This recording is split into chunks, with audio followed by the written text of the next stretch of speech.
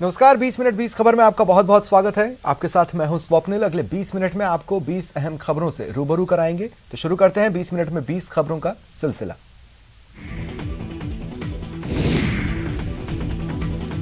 Cylinder से निकली आग ने विकराल रूप ले लिया और देखते ही देखते कई दुकानें जलकर राख हो गईं। ऊंची ऊंची उठ रही लपटें मानो सब कुछ जलाकर खाक करने पर आमादा हैं। तस्वीरें असम के मोरी गांव की हैं, जहां जगी रोड में आग लगने से 9 दुकानें जलकर राख हो गई। जानकारी के मुताबिक आग एलपीजी सिलेंडर में लीकेज के कारण लगी।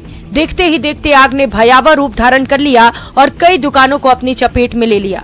आग लगने की खबर मिलने के बाद फायर ब्रिगेड मौके पर पहुंचा और कई घंटों की कड़ी मशक्कत के बाद आग पर काबू पाया। हालांकि जब तक आग पर काबू पाया जाता तब तक 9 दुकानें पूरी तरह जल चुकी थी।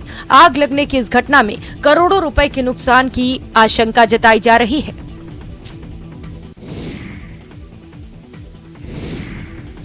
उत्तर प्रदेश के वृंदावन में एक होटल में आग लगने से 2 लोगों की जलकर मौत हो गई, जबकि 2 युवक झुलस गए। इनमें एक युवक की हालत गंभीर बताई गई है। घटना बसेरा ग्रुप के होटल वृंदावन गार्डन की है, जहां होटल की ऊपरी मंजिल में गुरुवार की सुबह भीषण आग लग गई।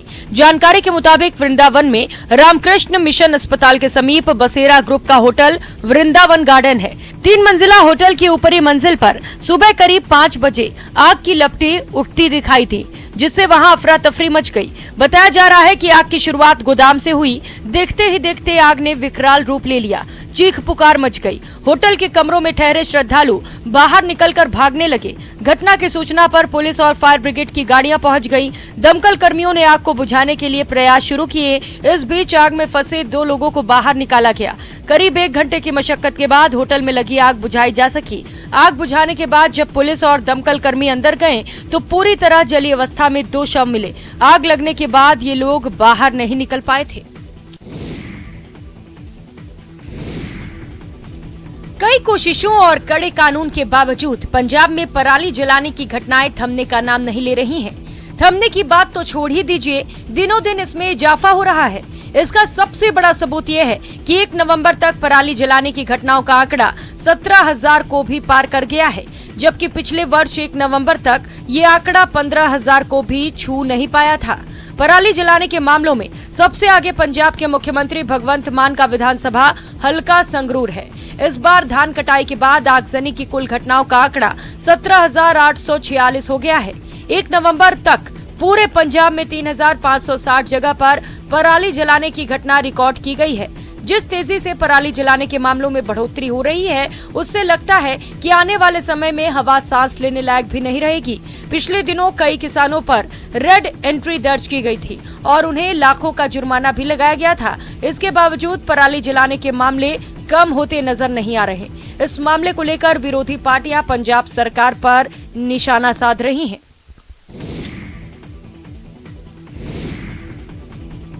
दिल्ली और एनसीआर में प्रदूषण का कहर जारी है। जहरीली हवा से लोगों का दम घुट रहा है। गुरुवार की सुबह भी दिल्ली का औसत AQI 346 दर्ज किया गया, जो बेहद खराब श्रेणी में आता है। हालांकि ये बीते दिन की तुलना में थोड़ा बेहतर जरूर है। बुधवार को दिल्ली का औसतन AQI 354 रहा। दिल्ली एनसीआर के इलाकों की बात करें तो पिछले कुछ दिनों से नोएडा में सबसे ज्यादा प्रदूषण का असर देखा गया है। बुधवार को नोएडा में स्थिति बेहद गंभीर थी, जहां सुबह AQI 406 दर्ज किया गया, जो गंभीर श्रेणी में माना जाता है। यहां गुरुवार को भी AQI 393 दर्ज किया गया, जो बेहद खराब श्रेणी में है। एनसीआर के बाकी शहरों में गुरुग्राम में गुरुवार AQI 318 और दिल्ली हवाई अड्डे के टर्मिनल 3 के पास AQI 333 दर्ज किया गया, जो कि बेहद खराब श्रेणी में ही है। बुधवार को दिल्ली हवाई अड्डे के टर्मिनल 3 के पास AQI 350 और गुरुग्राम में AQI 346 के साथ वायु की गुणवत्ता बहुत खराब रही।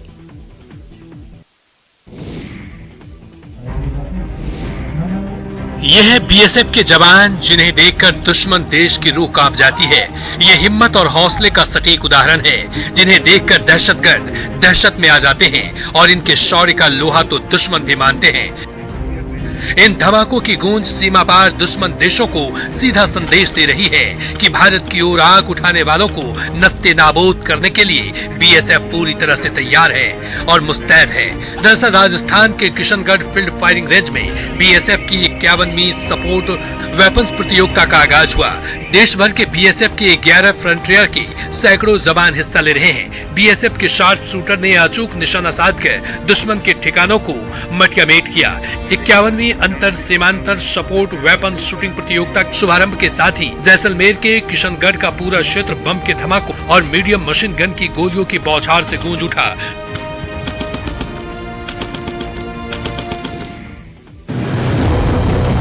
रात का अंधेरा और माहौल में फैला सन्नाटा। ग्रामीण अपने घरों में सुकून की नींद सो रहे थे, तभी अचानक धान के खेत में गजराज का झुंड पहुंच गया और हाथियों ने धमाक चौकड़ी मचानी शुरू कर दी। हाथियों के उधमपात की खबर के बाद ग्रामीण खेत पहुंचे तो वो हैरान रह गए, क्योंकि खेतों में 1-2 नहीं बल्कि 15 हाथी मौजूद थे। लोग मशाल लेकर हाथियों को भगाते हुए नजर आए। दरअसल लोहरदगा में सेना थाना क्षेत्र के उरु चटकपुर में देर रात जंगली हाथी का झुंड पहुंचा, जिससे लोगों के बीच दहशत का माहौल कायम हो गया। ग्रामीणों ने वन विभाग को इसकी जानकारी देते हुए हाथियों को मशाल से भगाने की कोशिश की। इलाके में 15 हाथियों का झुंड मौजूद है और कई किसानों की फसल को हाथियों ने रौंद कर नष्ट कर दिया। वहीं ग्रामीणों के साथ ही वन विभाग की टीम भी हाथियों पर नजर रखे हुए है। किसानों ने फसल नुकसान की मुआवजे के लिए वन विभाग से मांग की। इधर वन विभाग की टीम के अनुसार हाथियों का झुंड सेरिंगदाग थाना क्षेत्र के रास्ते से होकर बेतला की ओर चला गया है।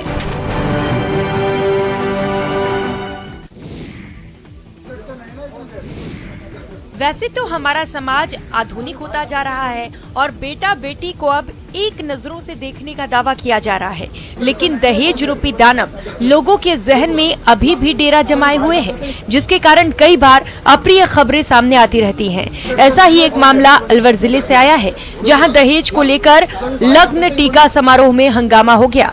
वधु पक्ष ने वर पक्ष पर ऐन वक्त पर 11 लाख रुपए दहेज मांगने का आरोप लगाते हुए शादी तोड़ दी। मामला बढ़ता हुआ सदर थाने जा पहुंचा। वहां वधु पक्ष ने वर पक्ष पर दहेज का मामला दर्ज कराया है।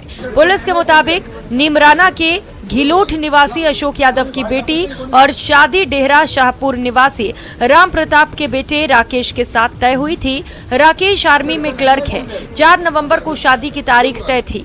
2 नवंबर को लग्न टीका के लिए वधु पक्ष के लोग वर पक्ष के दरवाजे पर पहुंचे थे। आरोप है कि नाश्ते के बाद लड़की के ताऊ और महिलाओं ने वधु पक्ष वालों को बुलाया। उन्होंने 11 लाख रुपए, सोने की 11 अंगूठी और 11 जोड़ी पायचीप देने की मांग की।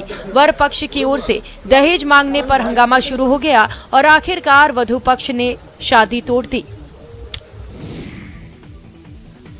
4 महीने विश्राम के बाद यानी देव उठनी एकादशी को भगवान जागने वाले हैं और इसके साथ ही विवाह आदि मांगलिक कार्य शुरू हो जाएंगे। 4 नवंबर को देव उठनी एकादशी है और इस अबूझ मुहूर्त में प्रदेश में बड़ी संख्या में विवाह संपन्न होंगे। ऐसे में दौसा जिले में बड़ी संख्या में बाल विवाह की आशंका है, जिसे देखते हुए जिला प्रशासन अलर्ट है। बाल विवाह रोकने के लिए जिला प्रशासन ने कंट्रोल रूम स्थापित कर दिया है। कलेक्टर ने सभी उपखंड अधिकारियों और तहसीलदारों को क्षेत्र में होने वाली शादी समारोह पर पैनी नजर रखने के निर्देश दिए हैं, ताकि बाल विवाह न हो पाए। कलेक्टर ने लोगों से अपील भी की है कि बाल विवाह की रोकथाम के लिए जागरूक रहे, ताकि बच्चों की जिंदगी खराब न हो। उन्होंने लोगों से अनुरोध किया कि उनके पास किसी बाल विवाह की खबर हो तो तत्काल ही प्रशासन को सूचित करें। बता दें कि कुछ वर्षों पहले जब यूनिसेफ के सर्वे में दौसा जिले में 34% बाल विवाह होने की बात सामने आई थी, इसके बाद से ही प्रशासन इसे लेकर अलर्ट है। मेरा आप सबसे दौसा वासियों से ये निवेदन है, साथ ही साथ में अगर कहीं पे ऐसी कोई कुरीति हो रही है तो आप प्रशासन को, मुझे पर्सनली आप कन्वे कर सकते हैं।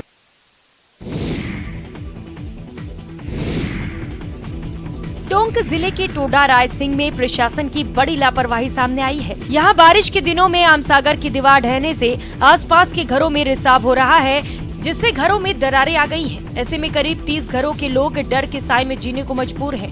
दरअसल अगस्त के महीने में ही दीवार गिरी थी, जिसके बाद कलेक्टर और एसडीएम ने दौरा किया था। इस दीवार को लेकर लोगों ने भ्रष्टाचार के भी आरोप लगाए थे। तब से आज तक प्रशासनिक अधिकारियों और विधायक ने दौरे और सर्वे किए, लेकिन इसके बाद क्षतिग्रस्त घरों को खाली नहीं कराया गया।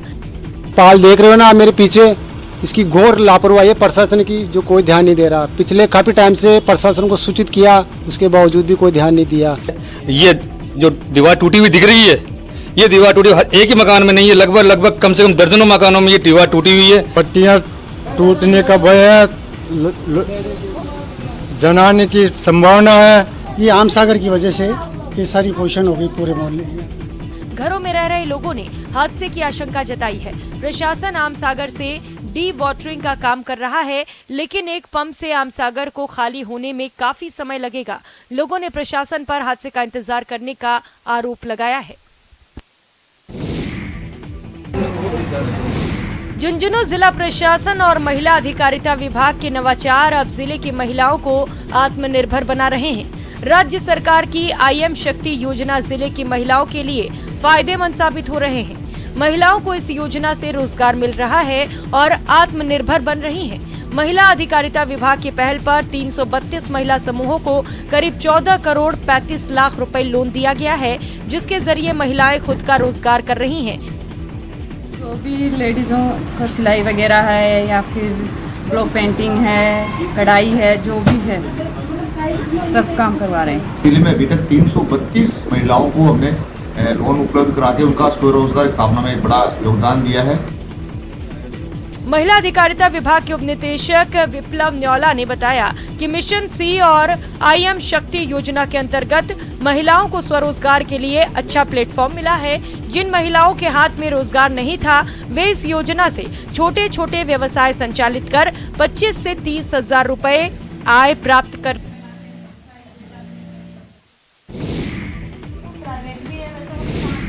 राजस्थान ग्रामीण आजीविका विकास परिषद के माध्यम से राज्य की कई महिलाएं आज आत्मनिर्भर हो चुकी हैं और अपने दम पर परिवार का खर्च वहन करने के साथ ही दूसरी महिलाओं को भी रोजगार दे रही हैं। दौसा जिले की 7,988 महिलाएं राजीविका की योजनाओं का लाभ ले रही हैं। राजीविका की ओर से महिलाओं को कई अलग अलग विधाओं में प्रशिक्षण दिया जाता है और उसके बाद स्वरोजगार के लिए प्रेरित किया जाता है। इतना ही नहीं, बैंकों के माध्यम से इन महिलाओं को संपूर्ण लोन भी उपलब्ध कराया जाता है ताकि महिलाएं स्वरोजगार शुरू कर सके। इस योजना के माध्यम से महिलाएं कैंटीन, दरी कालीन उद्योग, लेदर उद्योग, आर्टिफिशियल ज्वेलरी, डेयरी उद्योग, किराना स्टोर, फैंसी दुकान, आटा चक्की, सिलाई का कार्य, वाहन का कार्य, पेपर प्रोडक्ट, सॉफ्टवेयर एक्टिविटी, पशुपालन, कृषि सेक्टर में अपने बलबूते पर काम कर रही हैं।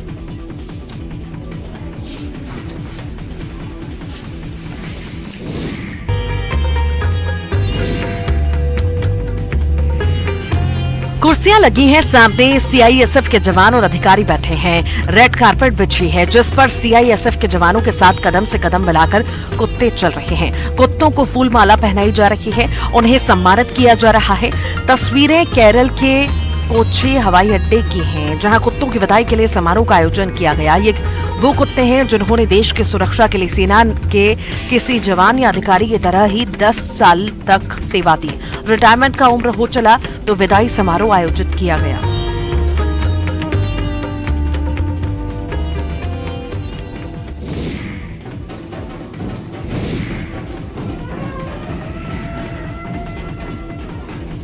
कांग्रेस नेता राहुल गांधी इन दिनों भारत जोड़ो यात्रा पर हैं। अभी तमिलनाडु के कन्याकुमारी से शुरू हुई ये यात्रा आंध्र प्रदेश में चल रही है। यात्रा से जुड़ी राहुल गांधी की कई तस्वीरें और वीडियो लगातार वायरल हो रहे हैं, जिसमें वे अलग अलग लोगों से मिलते जुलते दिखाई दे रहे हैं। भारत जोड़ो यात्रा का एक ऐसा ही वीडियो आंध्र प्रदेश से सामने आया। इसमें आंध्र, तेलंगाना और दक्षिणी ओडिशा के आदिवासी समुदाय के लोगों के साथ राहुल डांस करते नजर आ रहे हैं। ये जो डांस आप स्क्रीन पर देख रहे हैं, ये आदिवासियों का लोक नृत्य धीमसा है। ढोल तासे की थाप और सिंघे की तान पर लोग झूम रहे हैं।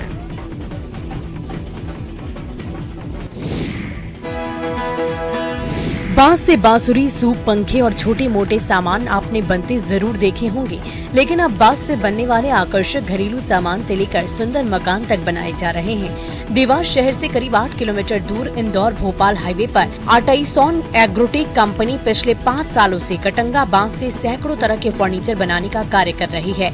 इस कटंगा बांस से बेहतरीन घर, फर्नीचर, पवन चक्की की पंखियां सहित कई आकर्षक सामान बनाए जा रहे हैं। कंपनी के CEO का कहना है कि इस बांस बांस के उपयोग से बने सामान 50 से 70 सालों तक टिकाऊ हो सकते हैं। बांस के लिए भारत को दुनिया का कैपिटल बनाने के उद्देश्य से कंपनी काम कर रही है। केवल देवास से आपूर्ति नहीं हो पाने के कारण प्रदेश के कई जिले के साथ ही पश्चिम बंगाल, महाराष्ट्र, उड़ीसा, उत्तर प्रदेश, झारखंड में भी बांस मंगाए जा रहे हैं। कंपनी के कर्मचारी ने ही किसानों को बीज से लेकर बांस का रखरखाव के गुर भी बता रहे। विदेशों के कई ऑर्डर भी कंपनी तैयार करने में लगी है।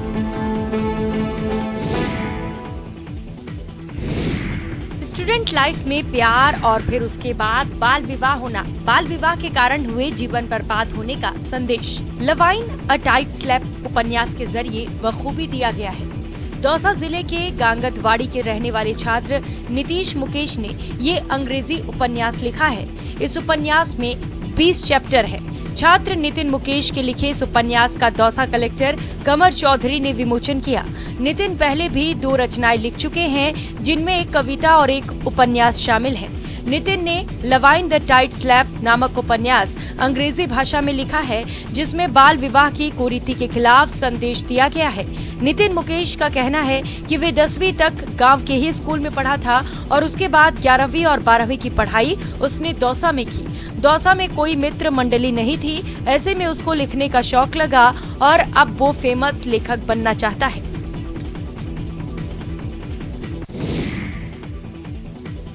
रेतीले धुरों के लिए मशहूर जैसलमेर और आसपास में ऐसे अनेक प्राकृतिक स्थान हैं, जहां हिमालय, हिंदू कुश पर्वतमालाओं और यूरेशिया के वनों में रहने वाले रंगीन फ्लाई कैचर पक्षी देखने को मिल जाएंगे।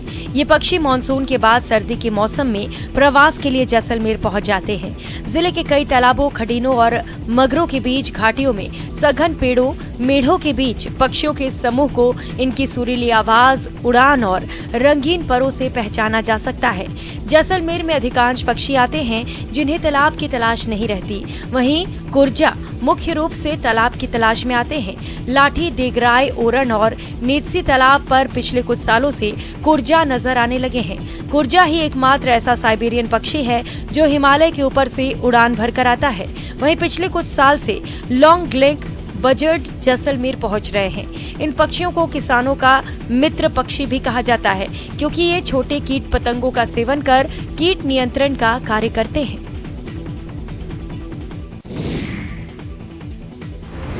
छपरा के पुरवारी पट्टी गांव में एक दुर्लभ प्रजाति का सफेद कछुआ लोगों में चर्चा का विषय बना हुआ है। गांव के मुन्ना सिंह ने दुर्लभ प्रजाति के सफेद कछुए को पकड़कर घर में पाल लिया है। ये कछुआ अभी छोटा है और ये सफेद रंग का है। सबसे आश्चर्य की बात है कि हर कछुए का कवच ढलाव रूप में होता है, लेकिन इसके कवच में एक उभार निकला हुआ है।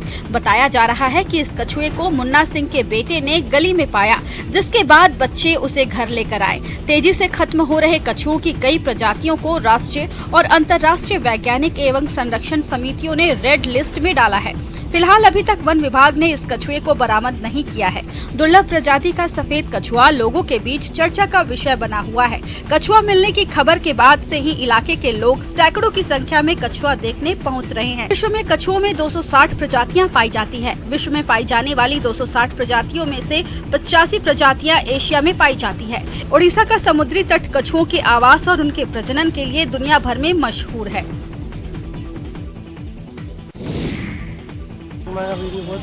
प्रकृति में ईश्वरीय शक्ति के निवास का प्रतीक पर्व अक्षय नवमी यानी आंवला नवमी सनातन संस्कृति का बहुत ही महत्वपूर्ण त्योहार है। कार्तिक शुक्ल पक्ष की नवमी को मनाए जाने वाला ये त्योहार बुधवार को बड़े ही धूमधाम के साथ मनाया जाता है, जिसमें आंवला के वृक्ष की पूजा की जाती है और वहीं पकाकर वृक्ष की छांव में ही भोजन ग्रहण किया जाता है। टोंक में भी आंवला नवमी के मौके पर लोगों ने बड़ी ही आस्था और श्रद्धा के साथ आंवले के वृक्ष की पूजा की। टोंक के मंशापूर्ण भूतेश्वर महादेव मंदिर परिसर में आंवले के पेड़ों की पूजा के लिए दिन भर महिलाओं की आवाजाही रही। ये पूजा परिवार की सुख समृद्धि और वैभव के लिए की जाती है। पौराणिक मान्यताओं के अनुसार कार्तिक शुक्ल पक्ष नवमी से लेकर कार्तिक शुक्ल पूर्णिमा तक भगवान विष्णु आंवले के वृक्ष में ही वास करते हैं। मान्यता है कि आंवले में तुलसी और बेलपत्र के गुण एक साथ पाए जाते हैं। ऐसे में आंवले की पूजा से एक साथ भगवान विष्णु और भगवान शिव की पूजा का फल प्राप्त होता है।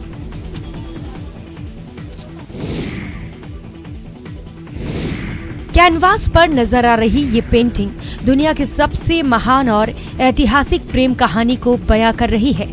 ये प्रेम कहानी है ग्वालियर के महान शासक राजा मान सिंह तोमर और गुजरी रानी की। ग्वालियर के कलाकार नानक माहौर ने गुजरी रानी और राजा मान सिंह तोमर की प्रेम कहानी को इन तस्वीरों के जरिए बयां किया है। पेंटिंग में गुजरी रानी आपस में लड़ रहे दो भैंसों को अलग करती नजर आ रही हैं, तो वहीं दूर घोड़े पर राजा मान सिंह तोमर इस दृश्य को देख रहे हैं। पीछे ग्वालियर का ऐतिहासिक किला नजर आ रहा है। गुजरी रानी के बल सौंदर्य को देख राजा मान सिंह तोमर ने उससे शादी का प्रस्ताव रखा। रानी ने भी 3 शर्तें रख दी, जिसमें उसके अलग महल बनवाने, पीने के लिए महल में राई गांव का पानी लाने और युद्ध में हमेशा साथ रखने की शर्त रखी गई।